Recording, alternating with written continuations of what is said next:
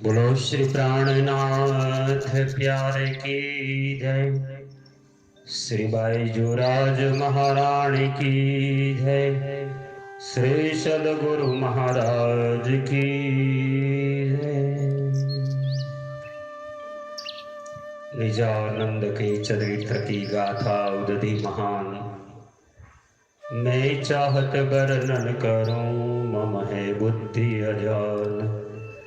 जगदाधार जगतपते पूर्ण ब्रह्म श्रीराज, बिनमूदो करबद्धो सिद्ध करो सब काज, सिद्ध करो सब काज। बोलो श्री प्राणनाथ प्यारे की जय। प्राणाधार धर्म अनुरागी धर्मश्रेष्ठ शिवदर साहब जी, श्री विजयाभिनंद बुद्ध निष्कलंक अवतार महामती स्वामी श्री प्राणनाथ जी प्रणीत श्री तारतम सागर वाणी श्री रास ग्रंथ की चर्चा चाली रही है। अलभ्य ज्ञान दर्शन है। आप सर्वेना चरणों में नम्र प्रार्थना है कि आप चैनल ने सब्सक्राइब करवानुं चूकता नहीं। परमधाम में आपेलू कॉल कि मैं भूलूं तो तू मुझे पल में दे जगाए, तू भूले तो मैं तुझे तुरंत दे जगाए। तो बीजाने पण आ संदेश पहोंचाडवा माटे मददरूप थवा तमे सब्सक्राइब पण करो અને સાથે બીજા સુંદર સાથને પણ આ બ્રહ્મ જ્ઞાન આ બ્રહ્મવાણી એની ચર્ચાને મોકલી આપવા કૃપા કરશો। આજનો પાવન પ્રસંગ રાસ ગ્રંથ પ્રકરણ 4 राग धन्याश्रय। महामती स्वामी श्री प्राणनाथ जी महाराज संसारना कोई सामान्य व्यक्ति नहीं। परमधामनु सच्चिदानंद घन स्वरूप 5 शक्ति संयुक्त थई विराजमान छे। परमधाम में आपेला कॉल ने पूर्ण करवा माटे इंद्रावतीनी आत्माने श्री राजजीए हुकम आप्यो छे। आ संसार में जे कई ज्ञान आज दिन सुधी आव्युं ए ज्ञान मोक्ष सुधीनो अधिकार आपतो हतो। मोक्ष ने सुखो साथे जोड्या छे। स्वर्ग अने वैकुंठनी कामना ए मोक्ष छे। कोई पण जीव पोताना देहने छोड़े छे तो पहला तो कर्म ने अनुसार एने बीजो जन्म मळे छे। पण मनुष्य ज्यारे कर्तव्य करता करता मरे छे तो एने समझण अने बुद्धि आपी छे, विचारवानी शक्ति आपी छे। तो विचारवानी शक्ति थी पोताना आत्मकल्याणनो मार्ग विचारे छे અને ત્યારે ગુરુ અથવા તો ધર્મના આચરણ તરફ જાય છે।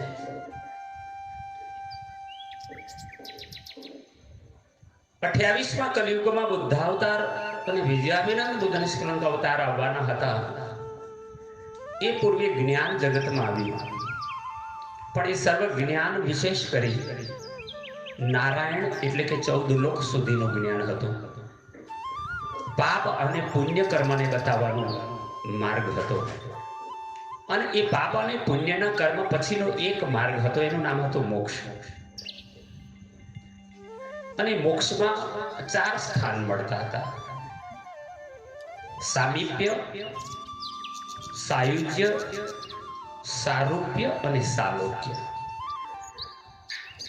तमे जे पण इष्ट शक्तिने भगवान देवी देवता ईश्वर जेने मानी बैठा छो तेनी भक्ति थी तमने भक्ति ना प्रतापे कदाच सामीप्य प्रकारनी मुक्ति नो अर्थ मळतो तो एनी समीप में रहेवा मळतो। बीजा प्रकारनुं स्थान हतुं सायुज्य, एना रूपमां भળી जवुं। त्रीजुं हतुं सारूप्य, एमना जेवुं रूप मळे। अने चौथुं हतुं सालोक्य, एना लोकमां स्थान मळे। ब्रह्माजी की भक्ति करी हो तो ब्रह्मपुरी मळता, शिव विष्णु भगवान की भक्ति करी हो तो वैकुंठ मळतो, शिवजी की उपासना करी हो તો કૈલાસ ધામની અંદર એ આત્મ સ્વરૂપને ત્યાં રહેવાનો અધિકાર મળતો, પણ ક્યાં સુધી રહી શકતા? એના સત્કર્મનું ફળ એની પાસે જમા હોય ત્યાં સુધી રોકાવું પડતું. શીલે પુણ્ય મૃત્યુ લોકે વિશંતિ. ત્યાર પછી આ સંસારમાં યુગો પછી એક વૈષ્ણવ પરંપરા આવી, કબીર સાહેબની પરંપરા આવી, અને બંને એનાથી વિશિષ્ટ એક માર્ગ બતાવ્યો અને માર્ગને નામ આપ્યું પ્રેમ લક્ષણા ભક્તિ. એ પ્રેમના લક્ષણના માધ્યમથી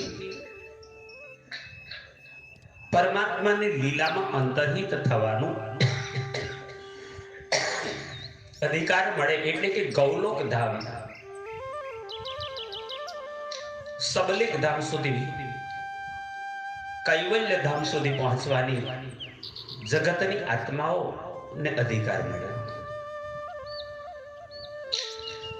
પણ આ સંસારમાં અત્યાર સુધી જગતના જીવો સિવાય અન્ય ધામમાંથી કોઈ આત્માઓનું અવતરણ જ નતું થયું. તો બહારનો ઉપદેશ આપી એથી આગળ લઈ જવાનો વિચાર પણ કોઈએ ન કર્યો, ન તો એ માર્ગ જાહેર થયો. અત્યાર સુધી જે જગતમાં માર્ગ હતો એ માર્ગનું નામ હતું નવધા ભક્તિ. 9 પ્રકારની ભક્તિ હતી. પ્રથમ ભક્તિ શ્રવણ ભક્તિ હતી. સાંભળી પરમાત્માના જ્ઞાનને, લીલાને, કથાને શ્રવણ કરવાનું. આપણે જાણીએ છીએ કે બધાને અત્યાર સુધી એ નવધા ભક્તિના ફળ મળ્યા છે. પણ સદગુરુ દેવચંદ્રજી આવ્યા તો એમણે પૂર્ણ બ્રહ્મ પરમાત્માની ઓળખાણ આપી. તો એ ઓળખાણમાં કહ્યું કે જે શ્રી કૃષ્ણના રૂપમાં અનાદિ અક્ષરાતીત આવ્યા છે, એમને રીઝવવા હોય તો એ નવધા ભક્તિથી નથી રીઝવાના. નવધા સે ન્યારો કહ્યો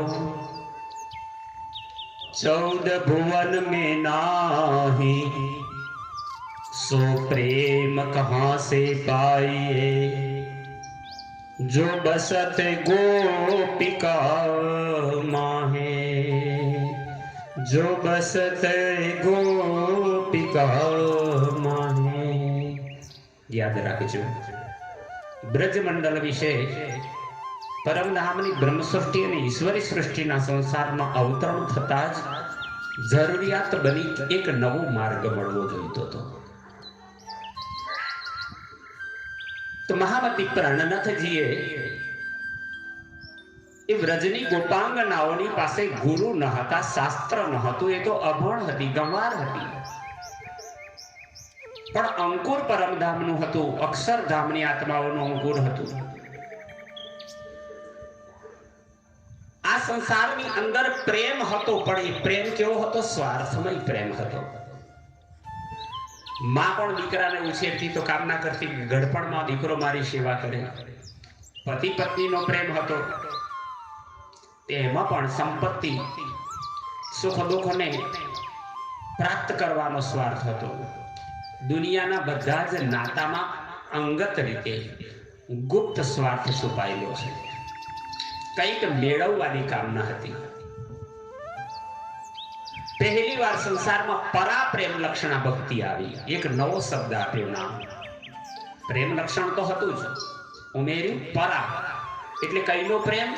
તો કે પરમધામ. પરમધામમાં પ્રેમ છે, એનું નામ છે ઈશક.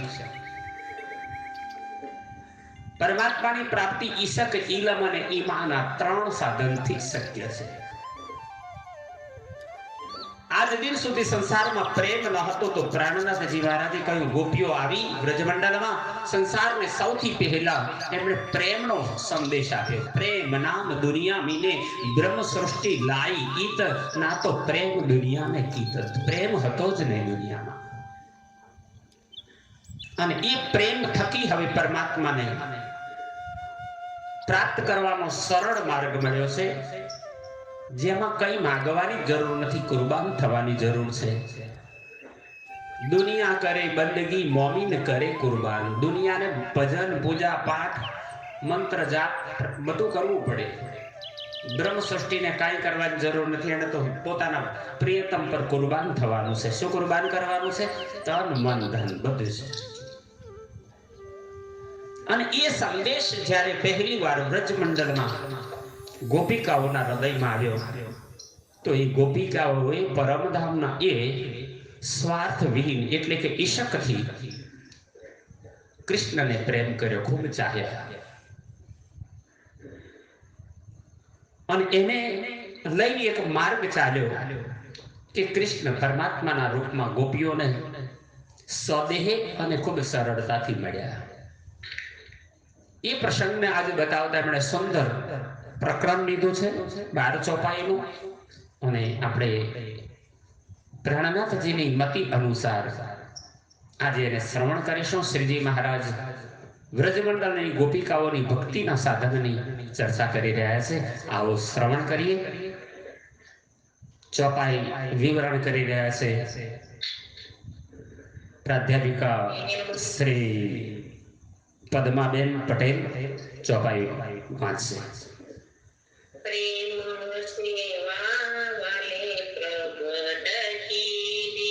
અને ગાવાનું નથી. પ્રેમ સેવા વાલે પ્રગટ કીધી. આપ સદગુરુ આદિ મહાન બુદ્ધિના સાગર આખરો મોહમ્મદ બ્રહ્મ સૃષ્ટિના આત્માના આવત સુંદર સાથે સિરતાજ શ્રી વિજયાભિનંદ બુદ્ધ નિષ્કલંક અવતાર મહામતી સ્વામી શ્રી પ્રાણનાથજી મહારાજ આ સંસારની અંદર બ્રહ્મ સૃષ્ટિને માટેનો માર્ગ બતાવતા કહે છે કે આપણા ધણી આપણા રાજ્ય શ્રી કૃષ્ણ બની અવતર્યાને એમણે પહેલી વાર એક માર્ગ આપ્યો કે પરમાત્માની સેવા કરવાનો ઉત્તમ માર્ગ કોઈ હોય તો એ પ્રેમ સેવા છે. પ્રેમ સેવા વાલે પ્રગટ કીધી વ્રજ તણિયા વાર. પૂર્ણ બ્રહ્મ પરમાત્મા શ્રી કૃષ્ણના રૂપમાં બ્રજમંડળમાં નંદ બાબાની ત્યાં જ્યારે અવતરિત થયા ને 11 વર્ષ અને 52 દિવસ સુધી ગોકુળની અંદર 42 પરાનો વિસ્તાર છે. એ 42 પરાને વ્રજભૂમિ કહેવામાં આવે છે. અને જે ગોવર્ધન પર્વતની ચારે બાજુ વિખરાયેલા છે એ વ્રજભૂમિમાં આ ગોપીઓનું અવતરણ થયું છે, જેમાં પરમધામની બ્રહ્મ સૃષ્ટિની આવી છે. અને દો ભુજા સ્વરૂપ જો શ્યામ આત્મ અક્ષર જોશ ધની ધામ સો સ્વરૂપ નહીં ઈન હદ કા બેહદ લીલા હે પાર. એ સ્વરૂપ જે છે બે ભુજાવાળું એ પૂર્ણ બ્રહ્મ પરમાત્માનું પરમધામનું સ્વરૂપ છે. અને એ સ્વરૂપી સંસારમાં ગોપીઓની સાથે પ્રેમાલાપ કર્યો, પ્રેમ કર્યો, હાસ વિનોદ કર્યો. અને એ વ્રજની લીલા સંસારમાં પ્રેમનો સંદેશ શીખવે છે.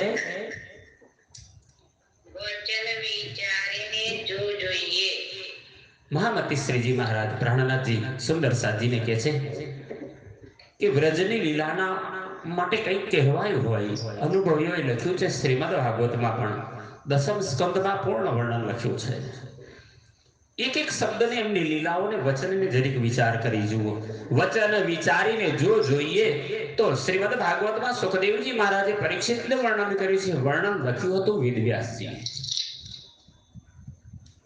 પણ નરસિંહ મહેતા ભાગવતની માધ્યમથી જ કૃષ્ણની લીલા સાથે જોડાયા અને એમણે કૃષ્ણને પોતાનું તન મન ધન અર્પણ કરી પૂર્ણ સેવા કરી.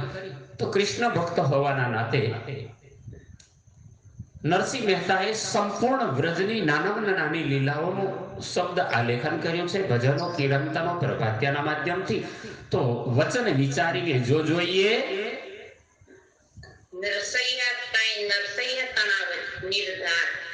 નરસિંહ મહેતાએ જે કહ્યું છે નિર્ધાર છે. નિર્ધાર એટલે સાચું, પાકું છે. એને બદલવામાં એમાં ભ્રમ કરવાની જરૂર નથી.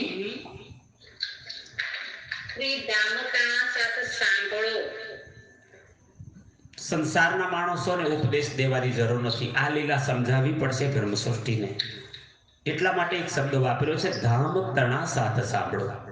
નરસિંહ મહેતાને પરમધામ સાથે સંબંધ નથી, પણ નરસિંહ મહેતાની વાત સાચી છે એ બ્રહ્મ સૃષ્ટિએ જાણી લઈને પછી ચાલવાનું છે. એટલે કહ્યું શ્રી ધામ તણા સાથ સાંભળો. તો કહું છું આ લાગીને પાય. હું આપના ચરણોમાં પ્રણામ કરીને કહું છું કે નરસિંહ મહેતાના વચનોને કે કૃષ્ણની લીલાને જાણતા, કૃષ્ણમાં ભેદ લીલાને તમે એવું ન સમજતા કે આ પરમધામની લીલા નથી. નરસિંહ મહેતાએ કહી છે એટલે આપણા માટે નહીં હોય એવું મનમાં ન લેતા. અને એટલે શ્રીજી મહારાજ તમને પ્રાર્થના કરે, બેશક ઇલ્મ છે, આમાં શંકા જ ન કરતા. નરસિંહ મહેતાએ જે કૃષ્ણના પદો, એમની લીલાઓ, એમની રચનાઓ, એમના પ્રભાતિયા ગાયા છે ને, એ બધી સત્ય લીલા છે. એ નરસિંહ મહેતાએ ગાયું એ પૂર્ણ બ્રહ્મ પરમાત્માની લીલા છે. જેરે મનોરથ કીધા આપણે પણ વ્રજમંડળમાં ગોપી બનીને હતા અને ત્યારે પૂર્ણ બ્રહ્મ પરમાત્મા કૃષ્ણ બનીને અવતર્યા છે. અને ત્યારે આપણે જેવા જેવા મનમાં મનોરથ કર્યા તે પૂરણ એની પેરે થાય. સંપૂર્ણ લીલાઓ એની સાક્ષી છે કે એક પણ કાર્ય કૃષ્ણજી ના રૂપમાં એમણે અધૂરા નથી મૂક્યા. પૂર્ણતઃ એને બ્રહ્મા લીલાને એમણે જાગૃત કરી, પોતાની આત્માઓને માયાનો ખેલ જોવા લાવ્યા હતા. તો માયાના અંદર એમણે પૂર્ણ લીલાનો આનંદ કરાવ્યો.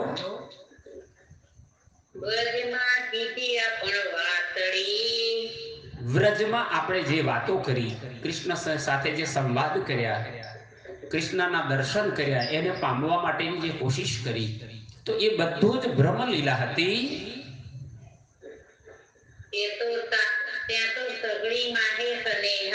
એ બધામાં સ્નેહ એટલે પ્રેમ હતો. તમે એમની બહારની લીલાના રૂપને ન જો, ગોપીઓનો કૃષ્ણ પ્રત્યેનો પ્રેમ હતો. નહીં કે માખણ તો જશોદાના ઘેર હતું, તો કૃષ્ણ કેમ ગોપીઓને ત્યાં ખાવા જતા? માખણ ખાવા નતા જતા, ગોપીઓનો પ્રેમ સંપાદન કરવા માટે જતા હતા. આપણે પણ ત્યાં ગોપી બન્યા ને તો સાસુ, સસરા, નણંદ, જેઠ, જેઠાણી, બાળકો, કુટુંબ, પરિવાર, સમાજ બધું જ હતું. સંસારના કામો હતા, ગાયો દોવાની, ગાયો ચારવાની, ભોજન બનાવવાનું. તો એ બધા કામોની વચ્ચે કૃષ્ણને નહીં ભૂલવાનું, એમાં ધ્યાન લગાવી રાખવાનું, આવું મગજમાં નથી રહેતું. અને એટલે શ્રીજી મહારાજ કહે છે ત્યાં ગોપીઓની લીલા જુઓ, કામ કરતા અતિ ઘણા. દુનિયાવી કામ કરતા હતા પણ એક ક્ષણ વાર માટે કૃષ્ણને ભૂલતા નહીં. નેહ એટલે પ્રેમ, એ સાચી લાગણી, દિલનો સંબંધ જે હતો પ્રેમનો, એક ક્ષણ વાર માટે ગોપીઓએ કૃષ્ણને ભૂલ્યા નથી.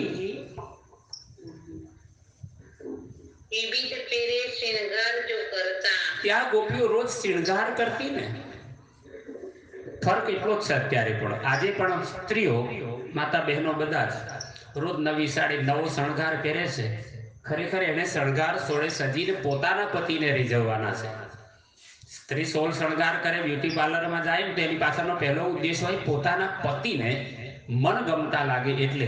પણ અત્યારે ખરેખર જો તમે નજીકથી જોશો ને તો એ બેને એના પતિની જોડો હોય ત્યારે હાવ લગર વગર હોય, કદાચ સામે આવી હોય જો તો બીખવ લાગી જાય. બોલો શ્રી પ્રાહળનાથ.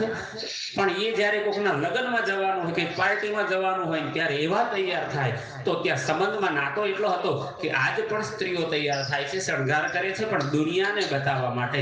તો ત્યાં ગોકુળમાં ગોપીઓ તૈયાર થતી, વિવિધ પહેરે શણગાર જો કરતા ગોપીઓ તૈયાર થતી, પણ બધાનું લક્ષ્ય એ હતું કે અમે કૃષ્ણના પ્રિય બનીએ, કૃષ્ણને અમે ગમીએ એવા લાગીએ. અને કૃષ્ણ જ્યારે ગોપીને જોતા ને ત્યારે ગોપીઓના દિલમાં અતિ ઉલ્લાસ થતો, આનંદ. ઉલ્લાસ એટલે આનંદનો અતિરેક હોય ને એને ઉલ્લાસ કહેવાય.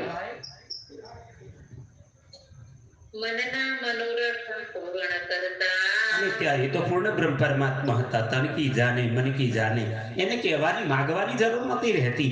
મનના મનોરથ પૂરણ કરતા અને કૃષ્ણજી બધી જ ગોપીઓની કામનાને પૂરી કરતા. રેણી એટલે રાત્રિ, વિહાય એટલે વિહાર કરવો.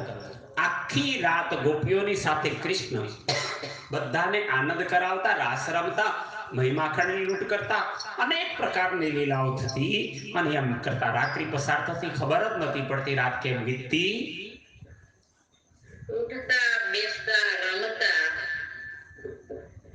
એ ગોપીઓ કોઈ પણ કાર્ય કરતી તો એનું લક્ષ્ય કૃષ્ણ રહેતા. પોતાના બાળકને નવડાવતી હોય તો મનમાં વિચાર એવો કરતી કે હું કૃષ્ણને સ્નાન કરાવું છું. પોતાના દીકરાને કપડાં પહેરાવતી હોય તો વિચાર એવો જ આવે કે અમારા દીકરો કૃષ્ણ જેવો બને, તો કૃષ્ણને જ શણગાર કરતી. તો ઉઠતા, બેસતા, રમતા બધામાં ગોપીઓને કૃષ્ણ લક્ષ્ય હતું. વરુચિતથી તે અગુણ થાય એ પૂર્ણ બ્રહ્મ પરમાત્મા, એ પરમધામની આત્મા ગોપીઓ હતી. એમનાથી ચિત્તથી એક ક્ષણવાર માટે અળગા થતા ન હતા.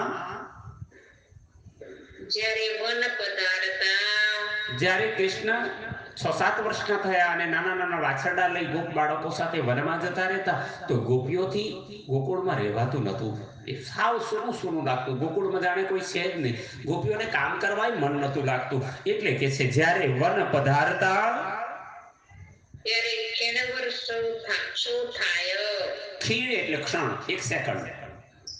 જ્યારે કૃષ્ણ ન હોય, 2-4-5 કલાક વાછરડા ચરાવવા વૃંદાવનમાં જતા રહે ને, ત્યારે આખું ગોકુળ સૂનું થઈ જતું. અને ત્યારે 1 સેકન્ડ જાણે હજારો વર્ષો વીતતા હોય એવી દોયલી લાગતી ગોપીઓને. માહે માહે વિચાર કરતા ત્યારે એક બીજી ગોપીઓ વાતો કરતી ને તો કૃષ્ણની જ વાતો કરતી. હે તે કનૈયાને જોયો તો, કનૈયો ક્યાંથી નીકળ્યો, ક્યારે નીકળ્યો તો, શું કહેતો હતો, મારી સામે જોયો તો, તને શું કહેતો હતો, તારી ઘેર માખણ ખાધું હતું, તારી ઘેર છાશ લીધી હતી, પીધી ન. તો આખો દિવસ વાતો ગોપીઓ એકબીજા સાથે કરે. તો એ સંવાદ હતા કૃષ્ણના નામના. કૃષ્ણનો જ વિચાર કરતા. હર પડે કૃષ્ણ સિવાય બીજી કોઈ વાત નહોતી, કારણ એમાં પરમધામનો પ્રેમ હતો. વાત જ કરતા બસ કૃષ્ણ સિવાય કોઈ વાતો નહોતી રહેતી. આત્મ સમૂહની ગજદિશે ખરેખર વસ્તુ સ્થિતિ એ હતી પરમધામની એક દિલીવાળી આ જગતની અંદર ગોપીઓ બનીને અવતરેલી બ્રહ્મ સૃષ્ટિ. એમના શરીર જુદા જુદા હતા, પણ આત્મ સહુની એક જ દિશે. પોતે પરમધામના નાતાથી પરમધામની શક્તિઓ છે, તો બધી જ એક કૃષ્ણને ચાહતી હતી, એક દિલી હતી. જુજવી તે દિશે દેહ ગોપીઓ બધી દેહથી જુદી હતી. એટલે રાધા કહો કે પછી બીજી કોઈ ગોપીઓના નામ લો તો કોઈના પ્રેમમાં વધઘટ નહોતો. બધી એક સમાન પ્રકારે કૃષ્ણને પ્રેમ કરે છે. નિજ દિવસ વાલાથી સુવાતો નિસ દિવસ હરરોજ એક પણ દિવસ એવો નહોતો કે કૃષ્ણની લીલાની ચર્ચા ગોપીઓ ન કરતી હોય. સવારથી લઈ રાત્રિ સુધી વાતો કરે ને રાત્રિમાં તો ફરી પાછું મિલન થતું અને આનંદથી રંગભર રાસ રમતા. અને એટલે પ્રાણનાથજી મહારાજ કે છે નિસ દિવસ વાલાજી સી વાતો રામત કરતા જાય આ આનંદની રામતો, અનેક પ્રકારની રામતોનું વર્ણન મહામતી પ્રાણનાથજી મહારાજે અને પછી વાણીમાં કર્યું છે. વ્રજમંડળની રામતો અલગ હતી. કિન માત્ર જોડતા થઈએ શ્રીજી મહારાજે પોતે પણ એ લીલામાં છે, એટલે પોતાનો પણ અનુભવ લખી રહ્યા છે. એવું ન માનતા કે આ લીલામાં મહામતી પ્રાણનાથજી ન હતા. તમને હોમવર્કમાં આપું કે એ લીલામાં પ્રાણનાથજી છે તો એમનું નામ શું હતું? ત્યાં ઇન્દ્રાવતી નામ ન હતું. શોધતા રહેજો, આગળ પ્રસંગમાં એમના નામને પાછા આપશે. ક્ષીર માત્ર જો અળગા થઈએ, આપણે ક્ષણવાર માટે જો કૃષ્ણથી અલગ થયા હોય તો વિછોડો કે ન ખમાય એમનો વિયોગ, વિછોડો એટલે વિયોગ એક ક્ષણવાર માટે ખમાતો ન હતો. ને ગોપીઓ રુદન કરવા લાગતી. ક્યાં ગયો કાનો? જશોદા માતાને પૂછવા જતી, નંદ બાબાને ગોપીઓ પૂછવા જતી. વિવિધ વિલાસ વાલાજી શું કરતા પછી તો આખો દિવસ કૃષ્ણ સાથે મિલન થતા જ અનેક પ્રકારની આનંદની લીલામાં વિલાસ કરતા હોય. એ પોતાની બાહોમાં બાહો પરવી હોય, કનૈયાના મુખારવિંદને જોતા હોય, એના શૃંગારને જોતા હોય, એના ચરણોને જોતા હોય, કૃષ્ણને કોઈ માખણ ખવડાવતી હોય. તો આ બધી લીલાઓનું સ્મરણ હરપડે રહેતું. વિવિધ વિલાસ વાલાજી શું કરતા? પૂર્ણ મનોરથ થાય અને ભોજનથી ધરાવો નતો આવતો, પણ કૃષ્ણના લીલા અને કૃષ્ણના દર્શનથી ગોપીઓ તૃપ્ત થતી. એમની પ્રત્યેક મનોકામનાઓ ત્યાં પૂર્ણ થતી. એટલે શ્રીજી લખે છે પૂર્ણ મનોરથ થાય. જ્યારે વાછરડા લઈ વન પધારે ફરીથી એક વખત કહ્યું કે કૃષ્ણ જ્યારે વાછરડા લઈને વનમાં જ્યારે ગોપ બાળકો સાથે ચારવા જતા રહેતા ત્યારે રોવંતા દિન જાય ત્યારે ગોપીઓ રડી રડીને પોતાનો સમય પસાર કરતી. એટલો વિરહની આગ એમને તડપાવતી. દાણ લીલાની રામત કરતા દાળ લીલા, મય માખણ. દાળ એટલે ટેક્સ. ગોપીઓ મથુરામાં મય માખણ વેચવા જતી. એ કથા આવે છે શ્રીમદ ભાગવતમાં કે એક ગોવાળિયો દુબળો પાતળો હોય ને એને કહે છે કે આજુબાજુમાં માગી લે, તો ગોવાળિયો કહેવા લાગ્યો, નહીં, બધી ગોપીઓ તો મથુરામાં મહી માખણ વેચી આવે, અમને ક્યાંથી આપે? તો કનૈયો કહે છે માગીને ના આપે તો મારીને લઈ લેવાનું. ત્યાંથી નવું કાર્ય ચાલુ કર્યું, ચોરી કરવાનું. રસ્તામાં ગોપીઓને રોકતા, મહી માખણની મટકીઓ ફોડતા અને સામે દાળ માગે. હવે દાળ લીલાઓના કેટલાય પદોથી તો તમે પરિચિત છો, તો એમાં સમય વધારે ન લેતા કહીશ કે ગોપીઓની સાથે વડછડ છે. એકબીજાને પૂછવાનું, તમારું નામ શું છે, તારે કોની દીકરી શું, તારા માં કોણ છે, આમ કરી કૃષ્ણ એની સાથે સંબંધ બનાવતા, એની સાથે પ્રેમથી જોડતા, એની ઓળખાણ પૂછતા. તો કોઈ વરસાણાની છે, કોઈ ગોકુળની છે, તો બધી ગોપીઓ પોતપોતાના ઓળખાણ આપે છે. અને ત્યારે કોઈના મટુકામાંથી કૃષ્ણ અધિકાર માગે કે અમને માખણ આપો, ટેક્સ આપો, તો ગોપી મના કરતી. લઈને આવી હોય કૃષ્ણ માટે, તોય કહેતી નહીં આપું હો નંદના લાલ રે, મહીડા મારા રે. તો એ બધી દાળની લીલાની રામત કરતા એટલો બધો આનંદ આવતો હતો. એક બાજુ કૃષ્ણ દર્શનની લાલસા હોય અને માથા ઉપર પાછા મહી માખણના માટલા બે ચાર મૂક્યા હોય, પણ કૃષ્ણની જિજ્ઞાસામાં એ વજનને ભૂલી જતા કે મારા માથે આટલો ભાર છે.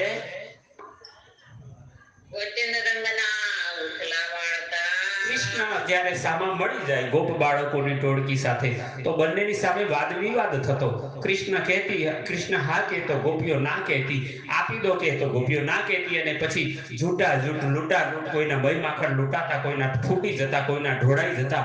અને ત્યાં કોઈ કૃષ્ણને પ્રેમથી ગાળો પણ, કાળીઓ પણ કહેતી, તું બે માનો, બે બાપનો, આવું પણ ગોપીઓ કહેતી. તો એ બધી જ વાતોને લઈને કે છે કે વચન રંગના ઉથલા વાળતા. ત્યાં આનંદની અંદર ઉલટા વચનો કઈ, કૃષ્ણનો વિરોધ પણ કરતી ગોપીઓ. વૃંદાવનની અંદર આવી બધી લીલા બનતી. મંજાર એટલે વનરાવનની અંદર.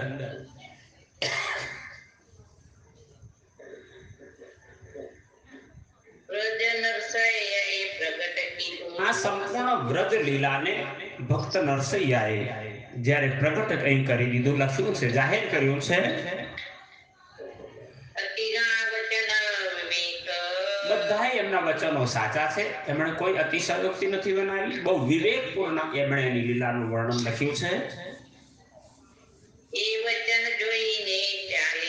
અહીં તો પહેલી તમને કૃષ્ણની લીલાને સાંભળવા માટે, જાણવા માટે, ગાવા માટે, શીખવા માટે છૂટ આપી. એ વચન જોઈને જો ચાલી, એ પ્રમાણે તમે જ ગોપી હતા અને તમારી જ લીલા છે. અને એ વચન પ્રમાણે આજે પણ દેહ સુંદર સાથજી, જો તમે કૃષ્ણને પ્રેમ કરતા ચાલો છો તો આપણો પ્રેમ બધા કરતા શ્રેષ્ઠ હશે, વિશેષ હશે. આપણે બધી ગોપીઓમાં શ્રેષ્ઠ બની રાજ્યના પ્રિય બનીશું. 11 વર્ષ અને 52 દિવસ સુધી અનેક લીલાઓ કરી, અનેક અસુરોને માર્યા, અનેક દેવી દેવતાના અભિમાન ઉતાર્યા. સાથે સાથે ગોપીઓને પણ એટલો જ પ્રેમ આપ્યો. ખૂબ મોટી છે આ લીલા. તો નરસિંહ મહેતાની રચનાઓને તમે અનુભવ કરી શકો છો. મહામતી સ્વામી શ્રી પ્રાણનાથજી કે છે, બ્રહ્મ સૃષ્ટિના પગલા છે, આપણે ભરેલા પગલા છે. આપણે જ હતા ગોપી બનીને. જેટલા લોકો કૃષ્ણનો વિરોધ કરે છે ને સમજણપૂર્વક, પહેલા તો પ્રાણનાથજી પર વિશ્વાસ કરો, એમની વાણી પર વિશ્વાસ કરો. અને પ્રાણનાથજીએ તમારા માટે આ બધું કહ્યું છે, એ વિશ્વાસ કરે છે તો એને કૃષ્ણમાં કોઈ ભેદ નહીં લાગે. કૃષ્ણ પરમાત્મા છે, સચ્ચિદાનંદ છે. અને એટલે કે છે, તમે જાણી શકો તો જાણ, તમે દ્રઢતાપૂર્વક પૂર્ણ બ્રહ્મ પરમાત્માની લીલાને જાણો.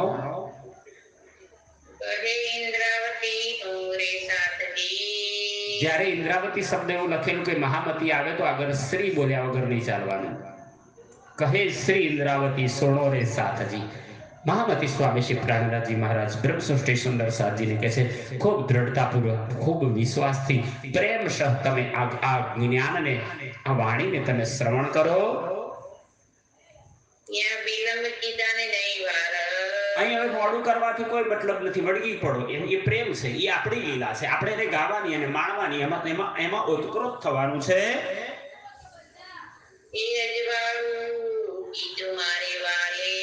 આ સંસારમાં પહેલીવાર બ્રહ્મ સૃષ્ટિ આવી અને કોઈ લીલા કરી હોય, બ્રહ્માનંદ લીલા થઈ હોય, પરમાત્મા સાથે રમણ કર્યું હોય, તો એ આપણા પૂર્ણ બ્રહ્મ અક્ષરાતી શ્રી રાજજી છે. કૃષ્ણ બનીને પોતે અવતર્યા અને એમણે આ પ્રેમ રૂપી સંદેશ જગતને આપ્યો.